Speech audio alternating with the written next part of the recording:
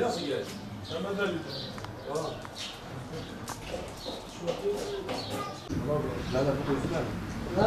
Orada taşlar var.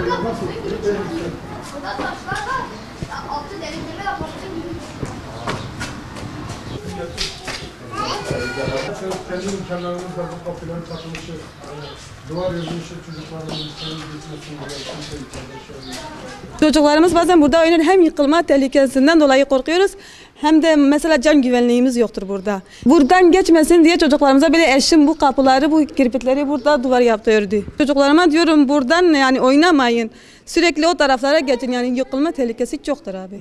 O içinde kuyu da var. Hemen çocuklar girince hemen içine girebilirler ha. Artık o yüzden hep çocuklarımızı böyle ayıramıyoruz kapıdan.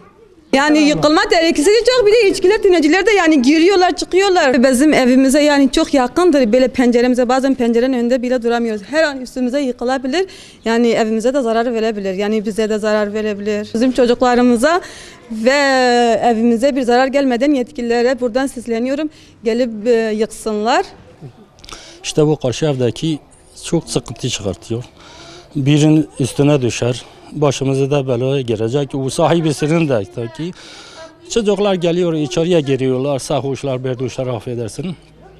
O yüzden yıkmak istiyoruz. Birkaç sefer de belediyeye müracaat ettik. Hatta sahibi de kendisi İstanbul'da çocukları, babası vefat etmiş, çocukları geldi buraya. Eve getirdik, o da bize geldi, oturduk, bir sohbet ettik. O da yıkması istiyor. Yani dedim ben belediyeye gideceğim, imza atacağım. Yıksınlar, başımıza bela olmasın o da. Yakalıyor zaten, görüyorsanız tabii ki birisinin üstüne gelirse olmuyor yani. Vallahi korkuyoruz. Evin içinde zaten berbat, yani koyu var. Bir de çöküyor. Arka tarafında bir çöküyor, kimse içine girmiyor. O yüzden korkuyoruz, yıkmasını istiyoruz.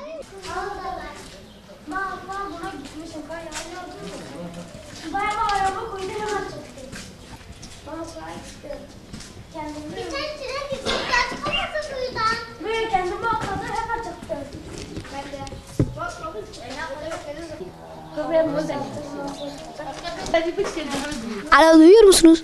İşte azı var, gözüküyor zaten. Evet. Zaten hepsi çökmüş. Mobil çalıyor, tabii telefonu var.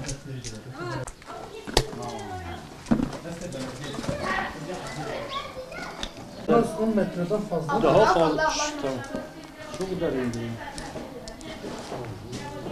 Ne? Çok mahvolmuş. Sarhoşlar geliyor içeride. Çok tehlikelidir. Bir de Bu böyle bu metropolik binaların her zaman yıkılmasını istiyoruz. Bunun bize büyük bir nedenlerinden biri özellikle uyuşturucu maddeler, uyuşturucu içen gençlerin hep burada olmasından. Bu durumdan ötürü mahallenin tamamından rahatsız olmaktadır. Ne bir annemiz ne bir kız kardeşimiz bu durumdan dışarı çıkamıyordu. Ben kendimden bu yol yüzden kaç defa tartışmalar yaşadım. Bu tartışmanın daha büyük olmasına, kötü sonuçlar açmasını istemiyordum. Göründüğünüz gibi de hiç kullanılmaz bir hale gelmiştir bu metrobük binalar. Bunların yıkılması için gerekenlerin yapılmasını rica ediyorum. Gençler büyük ihtimal alkol içen, uyuşturucusu içen gelip burada her zaman giriyor. Bundan dolayı da ne bir kız kardeşimiz ne bir annemiz dışarı çıkamıyor, rahatsız oluyor bu durumda. Bu durumdan kim de olsa yani ailesini korumak için her türlü rahatsızlığı duyuyor burada. Evet. Belediye de bildirdik, bir ara bize yıkımların durdurulduğunu söylediler. Tekrar başlayacağını söylediler ama ona ne yazık ki başladığına rağmen yine burası aynı şekilde duruyor. Yağmuru çektikçe çöküşüyor zaten, çöküyor. Benim kendi motosiklet aracım duvardaydı. Duvarın çökmesine altında kaldım. Motosikletim çöp olup gitti. Bu bir şey olmaz, mala gelsin ama bugün yarın bir insana kıyıldığında, üstüne yıkıldığında bunun nasıl karşılığını verecekler?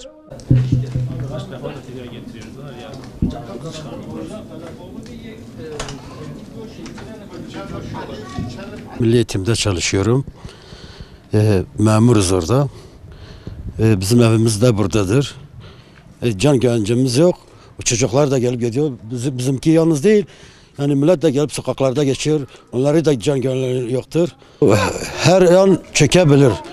çocuklarımız var. Başka çocuklar geçiyor. Sokakta millet gelip geçiyor. Biz can güvenliğimizde şüpheliyiz. Milletin can güvenliğinde şüpheliyiz. Her an yıkabilir, her an bir çocuğun üzerine gelebilir.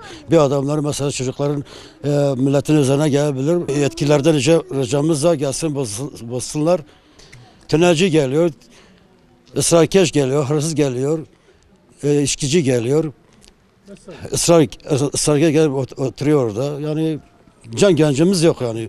Eşimiz var, kızımız var. Çocuklarımız var, torunlarımız var. Yani gencimiz yok burada. Bu gelsin bozsunlar abi. Yetkilerimiz gelsin yıksınlar abi.